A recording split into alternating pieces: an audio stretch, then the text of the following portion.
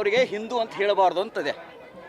ಕೆಲವು ಟ್ರಸ್ಟಿಗಳಿಗೆ ಏನಿದೆ ಅಂತಂದರೆ ಸ್ವಾಮಿಗಳು ಹಿಂದೂ ಅಂತ ಹೇಳಬಾರ್ದು ಅಂತಂತಾರೆ. ಇನ್ನೊಂದು ಲಿಂಗಾಯತ್ ಅಂತಲೂ ಹೇಳಬಾರ್ದು ಅಂತಂತಾರೆ. ಒಂದವರು ನಾವು ಹಿಂದೂ ಲಿಂಗಾಯತ್ ಅನ್ನಬಾರ್ದು ಸ್ವಾಮಿಗಳು. ಅವರು ಮಾತಾಡಿದ ಪ್ರಶ್ನೆಗಳು ಹೆಂಗೆ ಅಂತ ನೀವು ಇಮ್ಯಾಜಿನ್ ಮಾಡೋಕ್ಕಾಗಲ್ಲ ನೋಡಿ. ಅದು ಅಮಾನ್ಯ.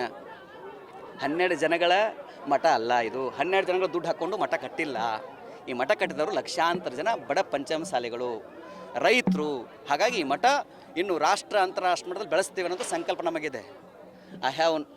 ನನಗೆ ಯಾವುದೇ ರೀತಿ ಭಯ ಇಲ್ಲ, ಆತಂಕ ಇಲ್ಲ. I am so confident. I have all right. ಮುಂದಿನ ಈಗ ನಮ್ಮೆಲ್ಲ ಭಕ್ತರು ಬರ್ತಾರೆ, ಅವ್ರ ಜೊತೆ ಚರ್ಚೆ ಮಾಡ್ತೀವಿ. ಭಕ್ತರ ಇಚ್ಛೆಯಂತೆ ಎಲ್ಲ ನಡೆಯುತ್ತೆ.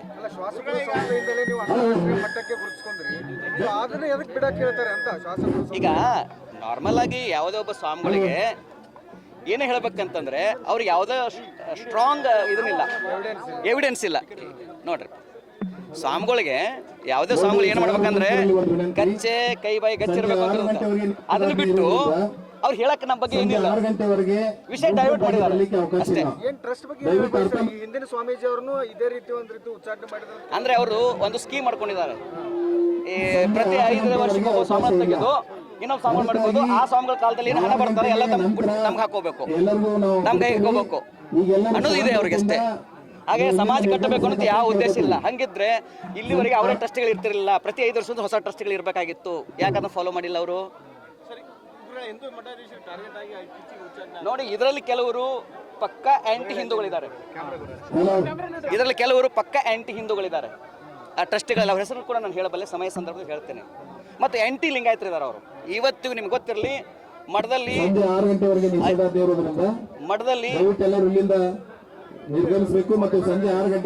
ಮಠದಲ್ಲಿ ನಾವು 5 ವರ್ಷಗಳ ಕಾಲ ಬಸವನ ಫೋಟೋ ಕೊಟ್ಟಿಲ್ಲ ನಮಗೆ. ಒಂದ್ ಕಡೆಗೆ ವೀರಶೈವ ಲಿಂಗಾಯತ ಅಂತ ಹೇಳ್ತಾರೆ, ಆದ್ರೆ ಮಠದಲ್ಲಿ ಬಸವನ ಫೋಟೋ ಕೊಟ್ಟಿಲ್ಲ ನಮಗೆ. ಈಗ ಹಾಕೊಂಡಿದ್ದೆ ನಾವು.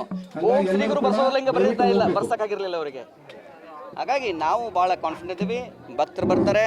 ಭಕ್ತರನ್ನು ನಂಬಿಕೊಂಡು ನಾನು ಪೀಠಾಧ್ಯಕ್ಷರಾಗಿರೋದು 4 ಜನಗಳನ್ನಲ್ಲ.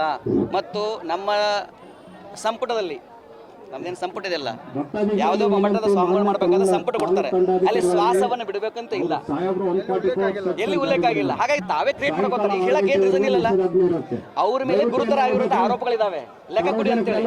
ಅದನ್ನ ಡೈವರ್ಟ್ ಮಾಡ್ಬೇಕು ಅಂತೇಳಿ ಸ್ವಾಮಿ ತಂದಿದ್ದಾರೆ ಅಷ್ಟೇ. ಅವರೇ ಗೌರವಯುತವಾಗಿ ಟ್ರಸ್ಟ್ ಇಂದ ರಾಜೀನಾಮೆ ಕೊಡಬೇಕು.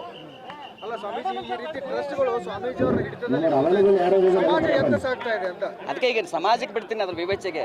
ಸಮಾಜ ಸತ್ಯವನ್ನು ಅರ್ಥಕೋಬೇಕು. ಮತ್ತು 4 ಜನಗಳ ಮಧ್ಯ ಅಲ್ಲ ಇದು, ಇಡೀ ಸಮಾಜದಲ್ಲಿ ಬೇಕಂತಾನೆ ನಮ್ಮ ಪಂಚಮಸಾಲಿ ಸ್ವಾಮೀಜಿಯವರನ್ನ ಕರ್ನಾಟಕದಲ್ಲಿ ಪಂಚಮಸಾಲಿಗಳು ಡೇ ಬೈ ಡೇ ಸ್ಟ್ರಾಂಗ್ ಆಗ್ತಾ ಇದ್ದಾರೆ. ಪಂಚಮಸಾಲಿ ನಾಯಕರು ಬಹಳ ಸ್ಟ್ರಾಂಗ್ ಆಗ್ತಾ ಇದ್ದಾರೆ. ಲಿಂಗಾಯತ ಪಂಚಮಸಾಲಿ ನಾಯಕರು ಬಹಳ ಸ್ಟ್ರಾಂಗ್ ಆಗ್ತಾ ಇದ್ದಾರೆ. ಹಾಗಾಗಿ ಅವ್ರನ್ನ ಟಾರ್ಗೆಟ್ ಮಾಡಿಕೊಂಡು ಪಂಚಮಸಾಲಿ ಸ್ವಾಮಿಗಳನ್ನ ಟಾರ್ಗೆಟ್ ಮಾಡ್ತಾ ಇದ್ದಾರೆ. ಅದು ನಮ್ಮ ಜಯಮೃತ ಸ್ವಾಮೀಜಿ ಇರ್ಬೋದು, ನಮಗಿರ್ಬೋದು, ಹಿಂದೆ ಸಿದ್ಧಲಿಂಗ ಸ್ವಾಮಿಗಳಿಗೆ ಪ್ರತಿ ಹಿಂಗೆ ಟಾರ್ಗೆಟ್ ಮಾಡಿ ಪಂಚಮಸಾಲಿ ಸಮಾಜದ ಮುಖ್ಯ ಸ್ವಾಮಿಗಳನ್ನ ಟಾರ್ಗೆಟ್ ಮಾಡ್ತಾ ಇದ್ದಾರೆ.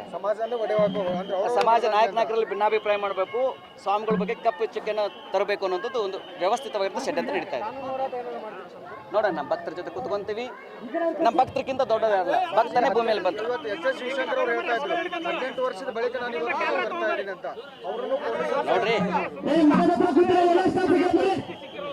ನೋಡ್ರಿ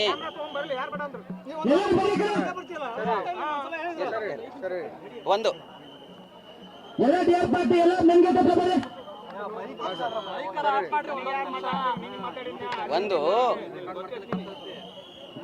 ನಾವು ಪೀಠಕ್ಕೆ ಬಂದ ಮೇಲೆ 2018 ಬಂದ ಮೇಲೆ ನಮ್ಮದ ಕನಸೇನಿತ್ತು ಅಂತಂದ್ರೆ ಹರಿಹರ ತಾಲೂಕು ಪ್ರತಿ ಮನೆಗೆ ಹೋಗ್ಬೇಕು ಅಂತ ಇತ್ತು. ದಾವಣಗೆರೆ ಜಿಲ್ಲೆಗೆ ಪ್ರತಿ ಮನೆಗೆ ಹೋಗ್ಬೇಕಂತಿತ್ತು.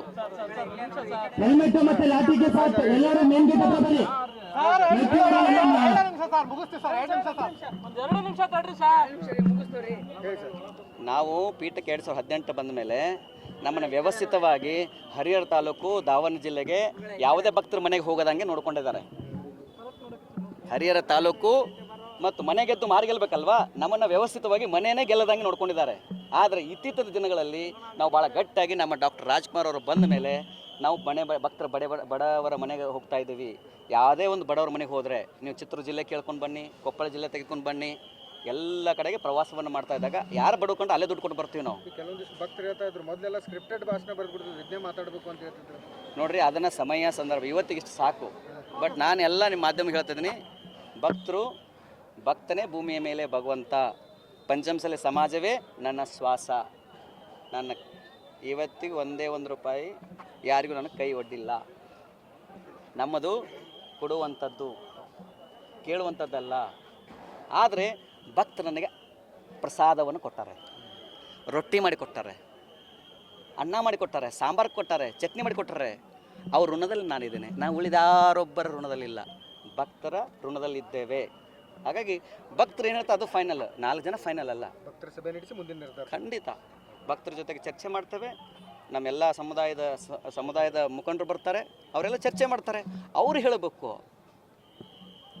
ವ್ಯವಸ್ಥಿತವಾಗಿ. ಈ ಹರಿಹರ ಜಿಲ್ಲೆ ಹೆಚ್ಚಿನ ವಿಡಿಯೋಗಳಿಗೆ ಪ್ರತಿಧ್ವನಿ ಯೂಟ್ಯೂಬ್ ಚಾನೆಲ್ ಸಬ್ಸ್ಕ್ರೈಬ್ ಮಾಡಿ, ಬೆಲ್ ಐಕಾನ್ ಕ್ಲಿಕ್ ಮಾಡಿ.